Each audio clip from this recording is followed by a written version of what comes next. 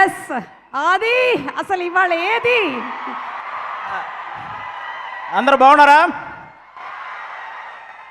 Thank you so much. ఈరోజు ఈ సినిమాలో నేను కూడా ఒక చిన్న భాగం అయినందుకు ముఖ్యంగా ఫస్ట్ నేను వెంకీ అట్లూరి అన్నకు థ్యాంక్ యూ చెప్పుకోవాలి సీరియస్గా. ఎందుకంటే ఆయన ట్రావెలింగ్లో ఫస్ట్ సినిమా నుంచి నేను ఉన్నాను. వీటి గురించి మాట్లాడే ముందు నేను ఒక సినిమా గురించి మాట్లాడాలి. ఒక్క నెగిటివ్ రివ్యూ కూడా లేకుండా రివ్యూవర్స్ అందరి చేత హ్యాట్స్ ఆఫ్ అనిపించుకొని, ఆడియన్స్ అందరి చేత క్లాప్స్ కొట్టించుకొని, ప్రొడ్యూసర్ల చేత షబాష్ అనిపించుకొని, నెట్ఫ్లిక్స్ అనే ఒక పెద్ద ఓటీటీ సంస్థలో అంటే కొన్ని నెలల పాటు ట్రెండింగ్లో ఉంది. తర్వాత నేషనల్ అవార్డే వచ్చి ఇంట్లో ఉంది. ఆ సినిమా పేరు లక్కీ భాస్కర్. అది తీసిన డైరెక్టర్ మన వెంకీ అట్లూరి గారు. మామూలు విషయం కాదు. అప్పట్లో మాయాబజార్ అని, శంకరాభరణం అని, రుద్రవేణ్ అని ఇలాంటి క్లాసిక్స్ గురించి మనందరం మాట్లాడుకుంటాం. ఈ జనరేషన్కి లక్కీ భాస్కర్ కూడా ఒక క్లాసిక్ మూవీ అనమాట. అలాంటి మూవీ తీసిన వెంకీ అట్లూరికి నిజంగా థ్యాంక్ యూ సో మచ్. నాకు మా గురువు గారి డైలాగ్ ఒకటి బాగా గుర్తొస్తుంది. త్రివిక్రమ్ గారి డైలాగ్ ఒకటి అరవింద సమేతలో, ప్రతి 30 సంవత్సరాలకి బ్రతుకు తాలూకు ఆలోచన మారుతూ ఉంటుంది. సినిమా వాళ్ళు దాన్ని ట్రెండింగ్ అంటారు, అలాగే వ్యాపారస్తులు ఫ్యాషన్ అంటారు, రాజకీయ నాయకులు తరం అంటారు, నార్మల్ జనాలు జనరేషన్ అంటారు. ప్రతి జనరేషన్లో ఒక గొప్ప థాట్ను ముందుకు తీసుకెళ్లే వాళ్ళని టార్చ్ బేరర్ అంటారు.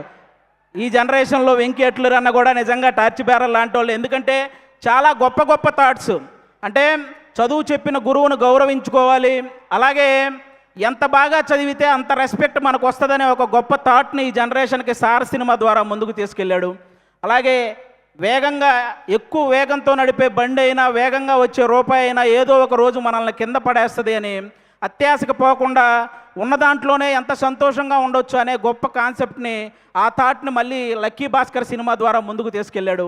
ఈరోజు ఈ విశ్వనాథ్ అండ్ సన్స్లో సూర్య గారితో అంటే ఒక ఫ్యామిలీ సబ్జెక్ట్, అంటే మార్నింగ్ షో ఫ్యాన్స్ షోకి కూడా ఫ్యామిలీతో సహా వెళ్ళొచ్చు అనే ఒక మంచి సినిమా ఈ థాట్తో ఈసారి ముందుకు రాబోతున్నాడు.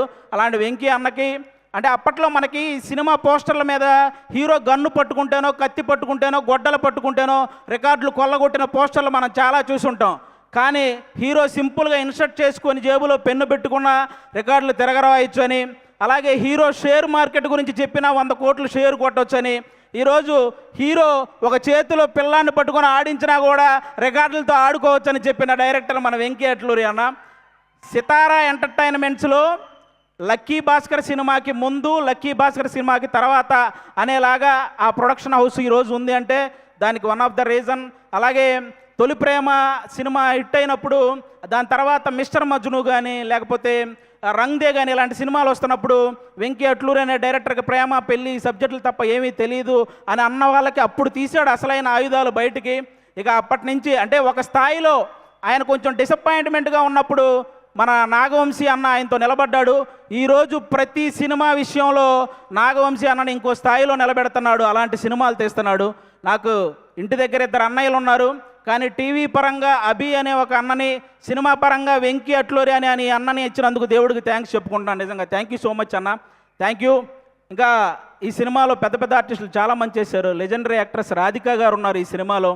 నాకు ఇప్పటికీ నవ్వింది మల్లె చెండు సాంగ్లో ఆవిడ స్మైల్ కానీ, ఆ డ్యాన్స్ కానీ ఎప్పటికీ మర్చిపోలేని, ఇప్పటికీ అదే హైపర్ యాక్టివ్తో ఉంటారు ఆవిడ.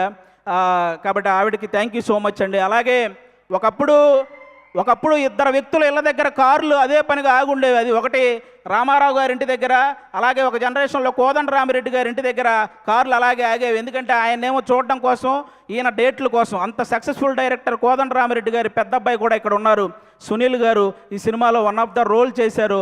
ఆయన కూడా చాలా సపోర్ట్ చేశారు ఈ సినిమాలో. ఆయనతో పాటు నేను యాక్ట్ చేస్తున్నప్పుడు ఆయనకు కూడా థ్యాంక్ యూ సో మచ్. ఇక మమితా బిజ్జు గారి గురించి చెప్పక్కర్లేదు.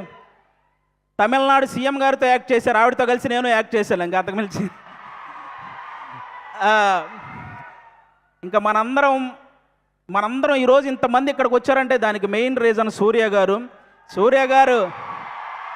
సార్ గజనీ సినిమాలో మీరు మర్చిపోతారు, కానీ ఆ సినిమా చూసినప్పటి నుంచి మిమ్మల్ని మేము మర్చిపోలేదు సార్. అంటే తెలుగు సినిమా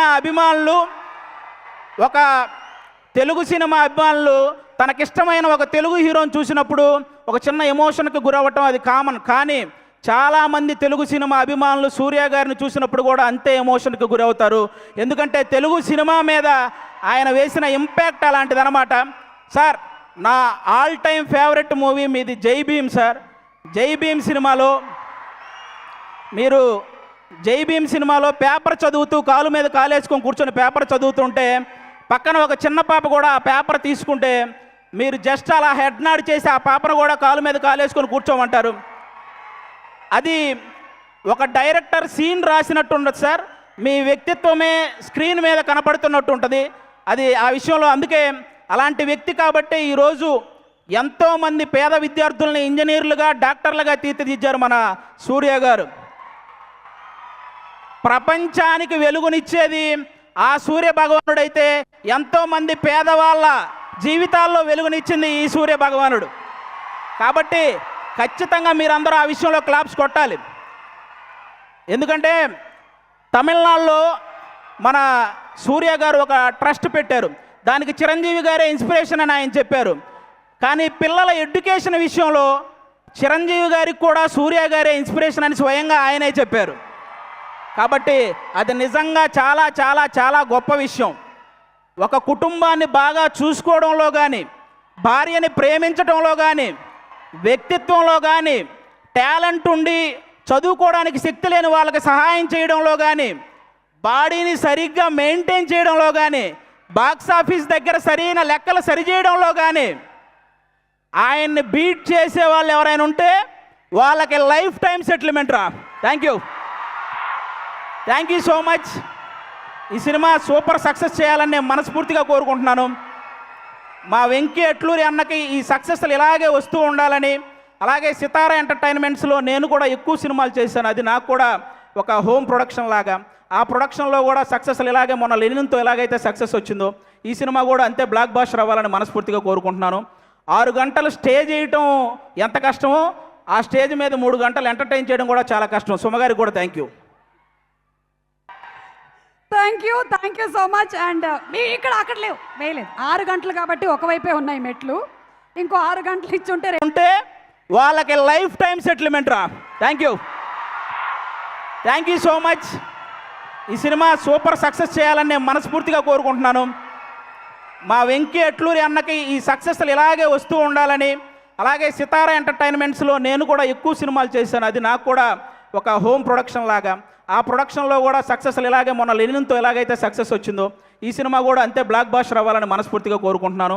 6 గంటలు స్టే చేయటం ఎంత కష్టమో ఆ స్టేజ్ మీద 3 గంటలు ఎంటర్టైన్ చేయడం కూడా చాలా కష్టం. సుమగారికి కూడా thank you so much. And మీ ఇక్కడ అక్కడ లేవు వేయలేదు. 6 గంటలు కాబట్టి ఒకవైపే ఉన్నాయి మెట్లు. ఇంకో 6 గంటలు ఇచ్చుంటే